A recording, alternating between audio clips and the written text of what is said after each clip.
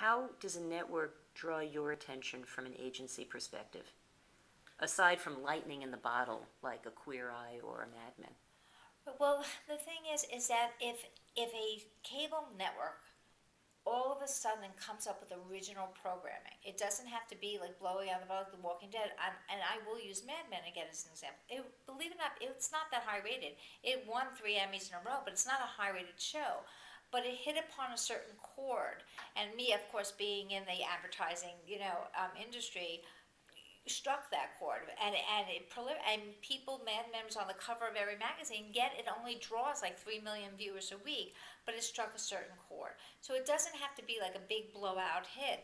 I mean, we have these shows such as A&E and History, who have these man shows now, and Discovery is doing it, where it seems that this type of show, like hard men working working hard in the middle of the Northwest and the whatever in Alaska, seems to have basically hit a chord with men, and men are hard to find on television. Women watch a lot of television, men don't, and these shows just keep growing, growing. Every network's trying to come up with a new type of show, and it's growing these networks, and it's very interesting to me. You had mentioned that Mad Men actually doesn't perform that highly, Right. commensurate with the amount of press. Right. So it's not necessarily a question of performance, I guess. You know what? In many cases, it's a question. I mean, that's one show that didn't have that high ratings, but really somehow had breakout stars. I mean, the CW, I'm going to use the CW as an example as well. They are a very low rated network, and people sometimes wonder how their model can stand, because most of their shows deliver 3 million people on average, 3-4 million, but their stars seem to have made it into the entertainment arena, in terms of they getting on the covers of every magazine, and the star and the people and the us, and those stars have become brands. So, and they also, their audience seems to also love to go online and to blog about things and tweet about things. So while the shows themselves don't get tons of viewers, it's reached a core audience that's reverberated into the consciousness and entertainment. So a lot of times that happens. It might be a show that's low rated, but the star of that show becomes a breakout star, or there's something about them, or they're beautiful, or they're in the tabloids, and it kind of creates a world of its own. So a show doesn't necessarily have to be high rated to reach out and basically be known. So, in terms of decision making as to what networks to buy for a particular client, uh, what measurements do you tend to use?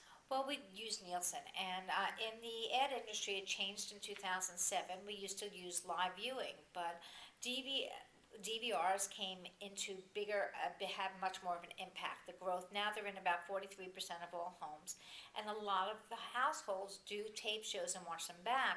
And advertisers didn't want to pay for people who were fast forwarding through the commercials. So they came up with something called the C3 ratings metric, which means anyone who's viewed a show from the linear telecast, which is live, up until 3 days, minus the people who didn't view commercials. And it's called the C3 ratings metric. And that's basically what we use, except for sports. Sports was still on live plus same day, because people don't usually fast forward through sports. So we use that, and basically what the buyers do is they look at their target demo, because every client has a certain demographic that they're hoping to reach, and that's their core target. And they do basically research on that target, which shows have the highest concentration of that target, which shows are the top rated of that target in terms of network. For cable, it's which shows have the highest concentration, which shows have shows that really reach this target, that resonate with this target, and that's how we kind of look at it. I mean, most bigger clients, such as we have Pfizer and we have General Motors, really buy everything, but they put their concentration of dollars. We do a lot of deeper research as well. Besides using Nielsen, we look at targeting in terms of user-based information.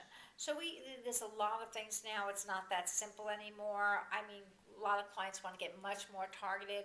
They want to know the shows, for example, GM, for each different car, which shows seem to reach those type of cars. So it's really getting more finite. I mean, the main measurement is C3, and in terms of composition and ratings, but clients are even asking for more and more these days. Do you see the industry evolving from age and gender purchasing and guarantees to more of a lifestyle or cluster? Well, that's where I mean, guarantees right now on certain clients are like that. Believe it or not, on very few clients. But the thing is, there's secondary guarantees. The main guarantees are still on the C3 ratings, but a lot of times they want secondary guarantees on certain type of qualifiers, let's just say. So only special deals have been made with that. A lot of times people want, we have this systems here called foretell, which is basically attentiveness. So the thing is that there are people who are trying to sell their, quality index or attentiveness index or retention index. So each cable network and some of the broadcast networks have come to us and said, we feel that some of our shows they might get this rating, but against your target, if you index it, it would be a much higher rating. We haven't done that many deals based on the, basically what they call like a qualified audience. We've done a couple, but I do see clients wanting to see that information more as opposed to guaranteeing on it. They definitely want to see it though. And I think before it used to be, well, that would be interesting, and now it's part of it's not guaranteed on it, but it is part of their posting, and they do want to see it. Can you tell us a little bit about Foretell and what it's all about? Foretell is basically, it's a proprietary tool that Cara has. I mean, I know a lot of agencies have their own proprietary tools, and it basically measures, it's of course an online, survey, and it's done like 8 times a year where they're out in the field. And it's very much like, I guess, a Simmons or MRI, which I don't know if you're familiar with, but they basically ask how many times a month have you viewed a show? Do you go on websites for this show? Do you watch this show online? Do you blog about the show? Do you tweet about this show? How many minutes do you spend on average watching this show? So it's all about your involvement in the show. And based on that involvement, they give indexes to the show. So there's a show, and again, let's take a CW show, for example, may not have a high rating, but if your target's adults 18 to 34, your engagement rating for that show might be a lot higher based on the index you apply, because the viewers of these shows are not only watching on television, they're online talking about these shows, they watch them on their iPads, they blog and tweet about these shows. So, and again, Mad Men is that type of show where it might not be high rated, but people are talking about these shows and they're engaging with these shows in a certain way. And what Foretell measures is engagement, and it uses all these factors in their questionnaire to see how involved viewers are with the programming.